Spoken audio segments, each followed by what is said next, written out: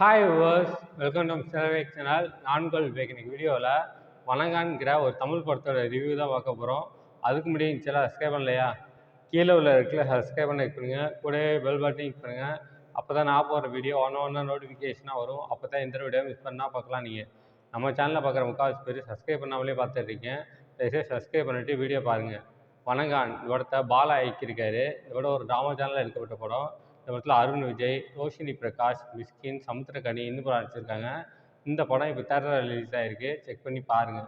இப்போ அங்கே இந்த படத்தோட கதை என்னன்னு பார்ப்போம். இந்த படத்தோடைய கதையை பார்த்தோம்னாக்கா, படத்தில் அருண் விஜய்க்கு வாயும் பேச முடியாது, காதும் கேட்காது. அவருக்கு ஒரு தங்கச்சி இருக்காங்க. தங்கச்சி தான் உலகம்னு சொல்லிட்டு வாழ்ந்துட்டு இருக்காரு. அருண் விஜய் முன்னாடி ஏதாவது ஒரு தப்பு நடந்துச்சுனாக்கா அவர் போய் சண்டை போட்டு பொலன்னு பொழந்து எடுக்கிறாரு யார் தப்பு பண்ணாங்களோ. அருண் விஜய் சுற்றி உள்ளவங்களாம் இவருக்கு வந்து ஒரு வேலை இல்லை, அதனால தான் இப்படி அடித்தடி பண்ணிட்டு இருக்காரு, இவருக்கு ஒரு வேலை வாங்கி கொடுப்போம்னு சொல்லிட்டு ஆதரவற்றோர் இல்லத்தில் ஒரு வேலை வாங்கி கொடுக்குறாங்க. அந்த ஆதரவற்றோர் இல்லத்தில் ஒரு சம்பவம் நடக்குது. அந்த சம்பவத்தினால அருண் விஜய் சுற்றி உள்ளவங்களுக்கெல்லாம் ஒரு பாதிப்பு ஏற்படுது. அது என்ன சம்பவம், இதுக்கப்புறம் அந்த சுவாரஸ்யமான விஷயங்கள்லாம் படத்தோட மொத்த கதையே. இந்த படத்தோட ரன் டைம் பார்த்தோம்னாக்கா 2 ஹவர்ஸ் வருது. ஒரு டீசென்ட் வாட்சான ஒரு படம் தான். இந்த படம் வந்து பாலாவோட டெம்ப்ளேட்டில் எடுக்கப்பட்ட ஒரு படம். இதுக்கு முன்னாடி பார்த்த சேது, பிதாமகன் அதிலலாம் எப்படி பாலா படம் எப்படி இருக்குமோ அதே போல் இந்த படத்தையும் எடுத்திருக்காங்க. அதெல்லாம் பார்க்கும்போது ரொம்பவே நல்லா இருந்துச்சு. இந்த படத்தில் வந்து இன்டர்வலுக்கு ஒரு 10 நிமிஷத்துக்கு முன்னாடி வரைக்கும் கதைக்குள்ளேயே போக மாட்டாங்க. ஃபஸ்ட்டு ஒரு 1 ஹவர் வேஸ்ட்டுன்னு தான் சொல்லலாம். சும்மா ஹீரோயின் வந்து ஹீரோவை லவ் பண்ணுற சீனாக இருக்கட்டும், ஹீரோ வச்சு காமெடி பண்ணுற சீனாக இருக்கட்டும், ஹீரோ வந்து அடிதடி பண்ணுற சீனாக இருக்கட்டும், அதெல்லாம் வந்து ரொம்ப போர் அடிக்க ஆரம்பிச்சிருச்சு.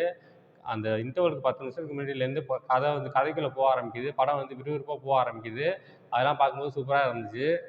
இந்த படத்தில் ஹீரோயின் ரோஷினி பிரகாஷ் வந்து அவங்க வந்து ஒரு லாங்குவேஜ் டிரான்ஸ்லேட்டராக இருப்பாங்க.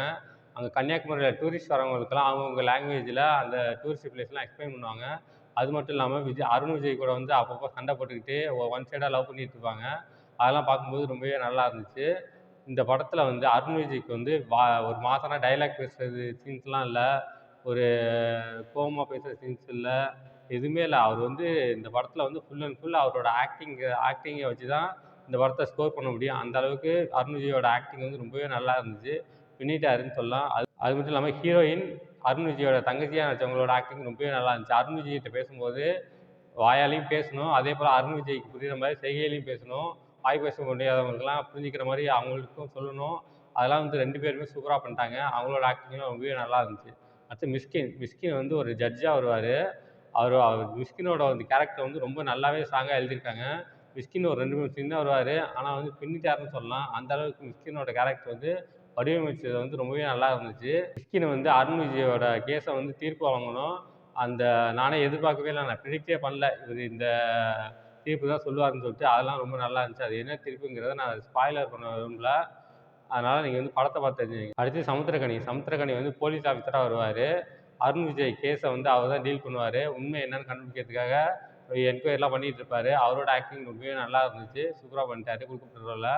இந்த படம் வந்து படம் முடிஞ்சதுக்கப்புறம் எல்லாருமே ஒரு ஹாப்பியாக போக மாட்டாங்க. அந்த படத்தோட தாக்கத்தை வந்து கண்டிப்பாக எல்லாருமே உணருவாங்க. ஏன்னா அந்த அளவுக்கு தான் இந்த படம் வந்து எடுத்திருக்காங்க. இந்த படம் வந்து ரொம்பவே நல்லா இருக்குது பார்க்குறதுக்கு. இந்த படம் முடிச்சது வந்து ஒரு ஹாப்பியாக முடிச்சிருக்கலாம். ஆனால் பாலா வந்து சோகமாக முடிச்சிருக்காரு. அந்த படம் பார்க்கும்போது எல்லாருமே படம் பார்த்துட்டு வெளில போகும்போது அந்த படத்தில் உள்ள தாக்கத்தை வந்து உணருவாங்க. கண்டிப்பாக நானும் உணர்ந்தேன்.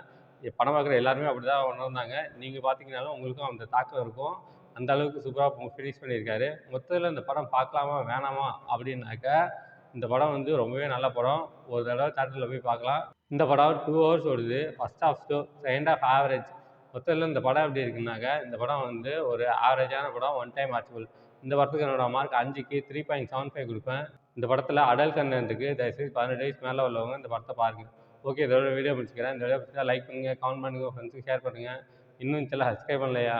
கீழே உள்ள இடத்துல சப்ஸ்கிரைப் பண்ணுங்கள், கூடவே பெல் பட்டன் கிளிக் பண்ணுங்கள். அப்போ தான் நான் போடுற வீடியோ நோட்டிஃபிகேஷனாக வரும். அப்போ தான் இந்த வீடியோ மிஸ் பண்ணால் பார்க்கலாம். நீங்கள் கீழே டிஸ்கிரிப்ஷனில் சோஷியல் மீடியா லிங்க்ஸ்லாம் கொடுத்துருக்கேன். லைக் பண்ணுங்கள், கமெண்ட் பண்ணுங்கள், ஃபாலோ பண்ணுங்கள். தேங்க்ஸ் ஃபார் வாட்சிங்.